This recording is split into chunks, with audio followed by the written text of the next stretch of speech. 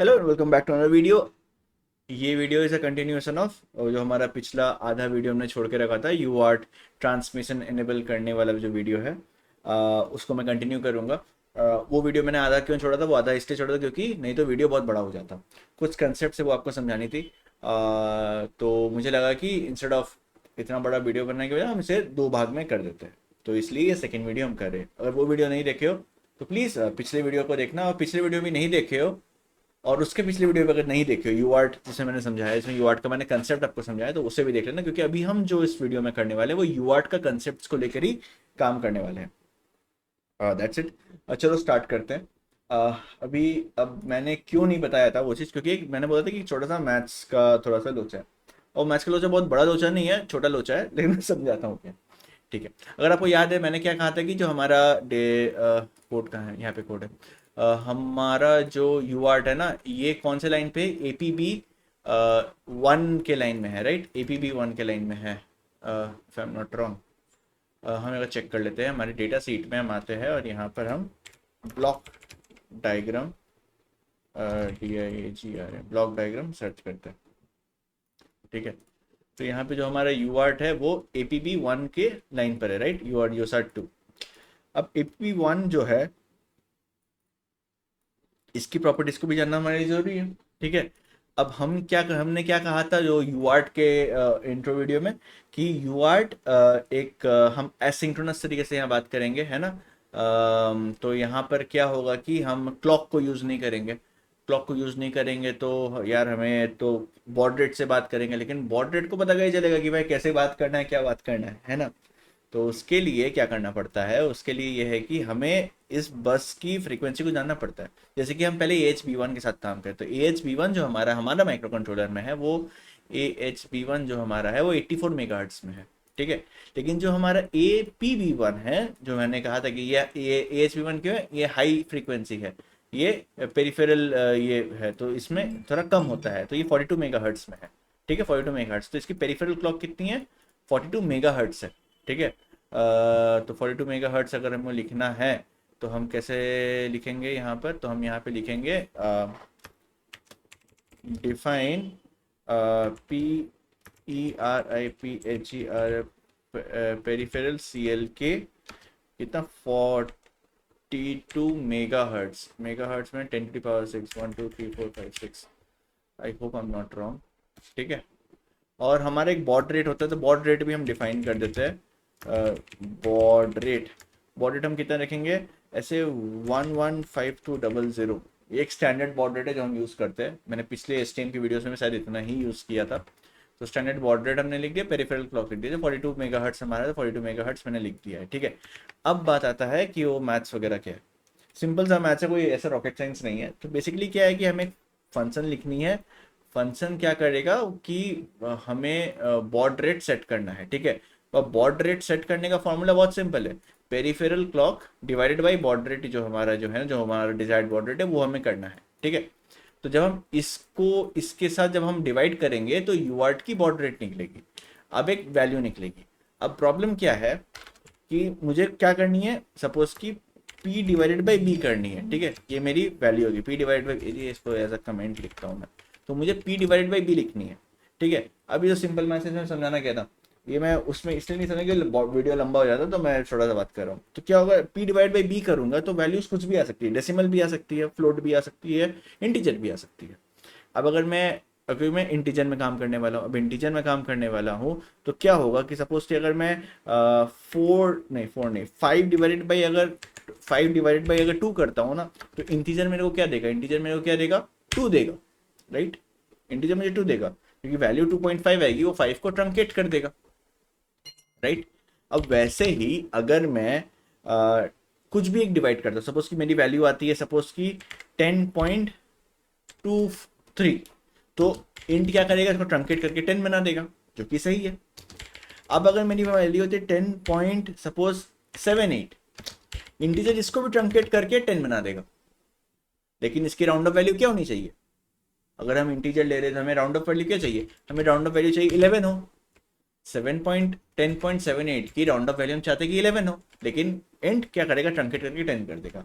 तो बेसिकली हमें एक फॉर्मूला लिखनी पड़ेगी जो ये जब डिवीजन कर रही है ना, जब पेरिफेरल क्लॉक और बॉड रेट की डिवीजन हो रही है तो उसमें वो एक सेकेंड रुकना, हाँ हाँ म्यूट कर देता हूँ, हाँ फाइन। तो जब इनकी डिवीजन हो रही है तो हम चाहते हैं कि वो राउंड ऑफ करके अपर वैल्यू को पकड़े, और अगर छोटा है तो छोटे वैल्यू को पकड़े, दैट्स इट, सिंपल, ठीक है। तो अभी हमको बॉड रेट सेट करना, बॉड रेट को कैसे सेट करेंगे, हम यहाँ पर आएंगे, अब हमारे रेफरेंस मैनुअल में हम खोलेंगे हमारा यूआर्ट, जो हमारा है ना यूआर्ट में हम खोलेंगे यूआर्ट रजिस्टर। अब यूआर्ट रजिस्टर में बहुत सारे रजिस्टर्स है, अभी नए नए रजिस्टर्स के नाम आपको देखने को मिलेंगे। अब इसमें से एक हमारा रजिस्टर है जिसे हम बोलते हैं BRR, ठीक है, BRR मतलब बॉडी रजिस्टर। अब बॉडी रजिस्टर में वो देखिएगा एक बार, या कुछ नया आपको जानने को मिलेगा। बॉडी रजिस्टर में देखिएगा पहले का जो 16 बिट्स है ना, इसको हम कॉन्फ़िगर कर सकते हैं, लेकिन अगला 16 बिट्स को हम कॉन्फ़िगर नहीं कर सकते, वो रिजर्व्ड है। तो इसलिए हम क्या कर सकते हैं, इसको इसी को कॉन्फ़िगर करेंगे, इसको कॉन्फ़िगर नहीं करेंगे। तो अब हम जो हमारा जो इसका जो वैल्यू सेट होगा ना, वो अब एक 32 बिट नंबर नहीं होगा, अब एक 16 बिट नंबर होगा, क्योंकि हमसे पहला 16 बिट्स को ही हम सेट कर सकते हैं, ठीक है। तो सिंपल सा है, एक तो अपन फंक्शन लिखेंगे, ठीक है, अपन एक फंक्शन लिखेंगे। अभी फंक्शन क्या होगा, सपोज एक फंक्शन लिखता हूँ static UINT 16T, suppose compute baud rate, ठीक है। और इसके अंदर हम क्या करेंगे, इसके अंदर हमारा दो वैल्यू रहेगा, एक होगा हमारा 32T होगा, और उसका नाम क्या होगा हमारा पेरीफेरल, उसका नाम होगा हमारा PRAPH, पेरीफेरल क्लॉक दे देता हूँ, और एक तो बॉड रेट लगेगा हमें UINT 32T बॉड रेट, ठीक है। एक हमारा लगेगा पेरिफेरल क्लॉक लगेगा, एक बॉड रेट लगेगा, सिंपल सा। अब क्या है कि यार अब हमको रिटर्न क्या करना है, हमको रिटर्न सिंपल सा क्या करना, सिंपल हमको रिटर्न करना है भाई पेरिफेरल क्लॉक को डिवाइड कर देना बॉड रेट के साथ। लेकिन एक कैच है, वो फॉर्मूला क्या है जो हमें फॉर्मूला लगाना पड़ेगा, अगर हमें ये वाला फॉर्मूला लगाना है तो सिंपल सा बात है, इसमें क्या करना पड़ेगा मैं बताऊँ, तो इसमें सिंपल क्या है, फॉर्मूला क्या लगाना है, देखिए बता समझना, यहाँ पे फॉर्मूला सिंपल होगा P प्लस B/2, ठीक है, ये B/2, तो P के साथ हम B/2 को ऐड करेंगे और उसके बाद डिवाइडेड बाई B कर देंगे, बस इतना ही हमें करना है। ये करने से क्या होगा कि अगर हमारा वैल्यूज अगर राउंड ऑफ सही से होगा, दैट्स इट, और कुछ और कोई बात नहीं है। तो यहाँ पे क्या करेंगे हम, ये हमारा पेरिफेरल क्लॉक प्लस हमारा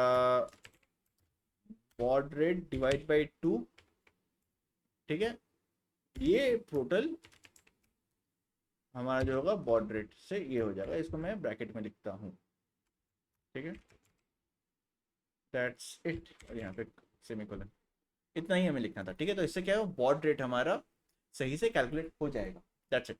अब बॉड रेट कैलकुलेट हो गया तो अब क्या करना है हमें, हमें जाकर ये वाला जो हमारा ये जो UART BRR है इसे सेट करना है। तो यहाँ पे क्या करेंगे, हम जाके लिखेंगे UART, और sorry USART2 BRR is equal to, sorry compute baud rate. तो यहाँ पे क्या देंगे हम लोग, जो हमारा पेरिफेरल क्लॉक सेट किया हुआ है और बॉड रेट जो हमारा सेट किया, अरे ये सब कहाँ उड़ गया, क्या दबा दिया मैं, एनीवे क्या फ़र्क पड़ता है एनीवे, ठीक है। तो हमने बॉड रेट सेट कर दिया, और जैसे बॉड रेट सेट कर देते हैं उसके बाद क्या, उसके बाद मेरे को बताना है स्टूअर्ट को कि भाई मैं किस मोड में करना, मैं ट्रांसमिशन मोड के लिए वीडियो बना रहा हूँ, तो ट्रांसमिशन मोड में मुझे इनेबल करना है। ट्रांसमिशन मोड में कैसे इनेबल करूँगा, उसके लिए मुझे कंट्रोल रजिस्टर यूज़ करनी पड़ेगी। कंट्रोल रजिस्टर के अंदर हमारा एक तो बिट है जिससे हम TE बोलते हैं, ये देखिए ये TE बोलते हैं, ट्रांसमिशन इनेबल, ये थर्ड बिट है हमारी ट्रांसमिशन इनेबल। तो हमें क्या करना है, इस बिट को जाकर ना इनेबल करना है, 1 लिखना है यहाँ पे। तो यहाँ पर हमें क्या करेंगे, सिंपल जाएंगे यहाँ पे डिफाइन करेंगे एक तो, उसका नाम लिखेंगे TRXEN ट्रांस, या TXEN लिख देते हैं, ट्रांसमिशन इनेबल। और ये क्या होगा 1U3, नो रॉकेट साइंस, ठीक है। तो अपन यहाँ पे क्या करेंगे USART2, ये CR1, ये हमारा CR1 है, CR1 है, इसको मैं इक्वल टू कर दूंगा TXEN। इक्वल टू क्यों करूंगा, उससे क्या होगा, उससे ये होगा कि हम ट्रांसमिशन को यहाँ पे 1 करके बाकी सबको 0 कर दे, क्योंकि बाकी सबको मुझे रिसेट कर रखना है। ठीक है, बाकी सबको रिसेट मुझे करना है। ऑल राइट, ठीक है। अब यहाँ पे आप बोलोगे यार यहाँ पे 16 क्यों नहीं लिखा, यहाँ पे 16 क्यों नहीं, यहाँ पे 16 वगैरह क्यों नहीं हमको डिफाइन करना पड़ा, क्योंकि भाई मैं ऑलरेडी ये यूज़ कर रहा हूँ, है ना, ऑलरेडी मैं सिमसिस यूज़ कर रहा हूँ, तो ये ऑटोमेटिकली मेरे लिए वो कन्फिगर कर देगा। लेकिन चूंकि यहाँ पर मैं वो ये कन्फिगर कर रहा हूँ ना चीज़ों को, तो अगर मैं यहाँ पर अगर मैं दे दिया ज़्यादा तो वो दिक्कत हो जाएगा। ठीक है, एनीवे ना, ये हो गया हमारा ट्रांसमिशन एनेबल हो गया। ट्रांसमिशन एनेबल हो गया तो अब उसके बाद क्या करना है, ट्रांसमिशन एनेबल होने का देखिए यहाँ पे हम बहुत कुछ कर सकते हैं। यहाँ वर्ड लेंथ हम सेट कर सकते हैं, जो हमने पिछले वीडियो में पढ़ा था, जो हमने जो प्रेजेंटेशन वीडियो दिया था। उसके बाद वेकअप मेथड हमने दे सकते हैं, पैरिटी कंट्रोल कर सकते हैं, हम बहुत कुछ कर सकते हैं इससे। ठीक है, लेकिन अभी फिलहाल हमें हमें खाली मतलब है हमारे ट्रांसमिशन एनेबल कर दिया। ट्रांसमिशन एनेबल कर दिया तो हम कुछ नहीं, हमें फिर यूसार्ट को एनेबल कर देना। यूसार्ट एनेबल कर देंगे तो बस हमारा काम बिट 13 है यूसार्ट एनेबल। तो हम यहाँ पे क्या करेंगे, एक और डिफाइन करेंगे, USART एनेबल, सॉरी एनेबल, और कितना 1U13, राइट, 1U13, क्योंकि 13 बिट में है। और इसको मैं ये करूंगा यूसार्ट 2 CR1, इसको मैं और लिखूंगा। और क्यों लिखूंगा, क्योंकि मैं नहीं चाहता हूं कि भाई ये जो मैंने सेट किया ना ये उड़ जाए इक्वल टू लिखने के बाद। तो और से क्या होगा, मेरा सिर्फ 13 बिट ही चेंज होगा। ठीक है, तो ये हो जाएगा यूसार्ट